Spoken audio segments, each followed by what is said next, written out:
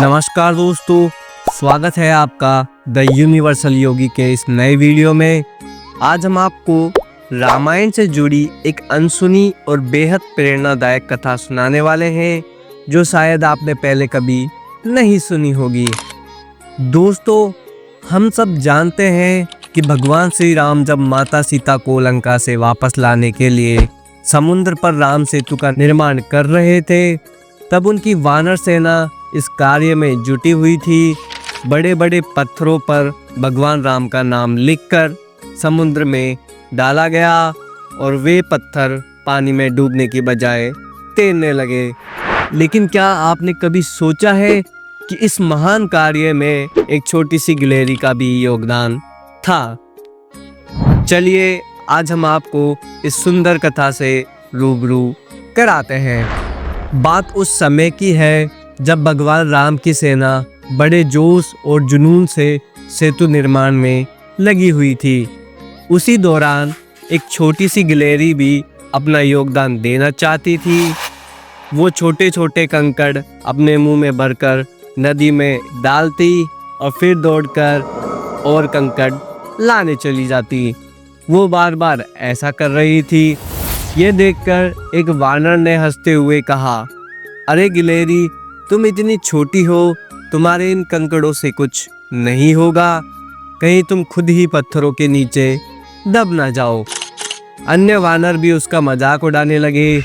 बेचारी गिलहरी उदास हो गई और भगवान श्री राम के पास पहुंची।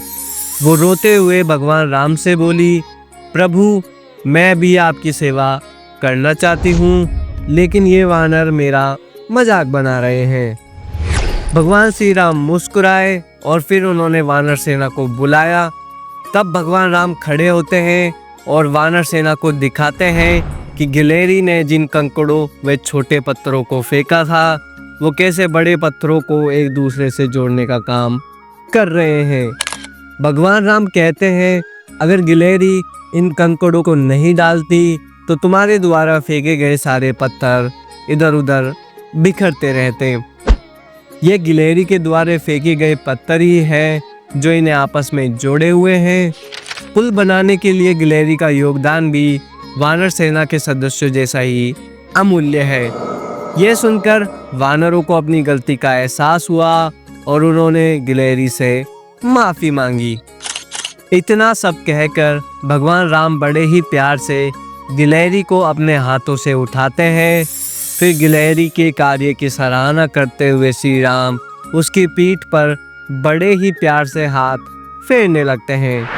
भगवान के हाथ फेरते ही गिलहरी के छोटे से शरीर पर उनकी उंगलियों के निशान बन जाते हैं। तब से ही माना जाता है कि गिलहरियों के शरीर पर मौजूद सफ़ेद धारियाँ कुछ और नहीं बल्कि भगवान राम की उंगलियों के निशान के रूप में मौजूद उनका आशीर्वाद है।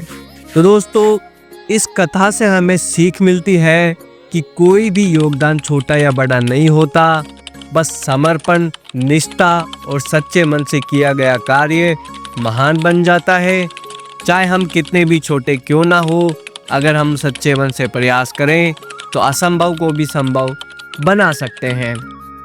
अगर आपको ये कथा अच्छी लगी हो तो वीडियो को लाइक करें, जय श्री राम कमेंट में लिखें और इसे अपने दोस्तों के साथ शेयर करें।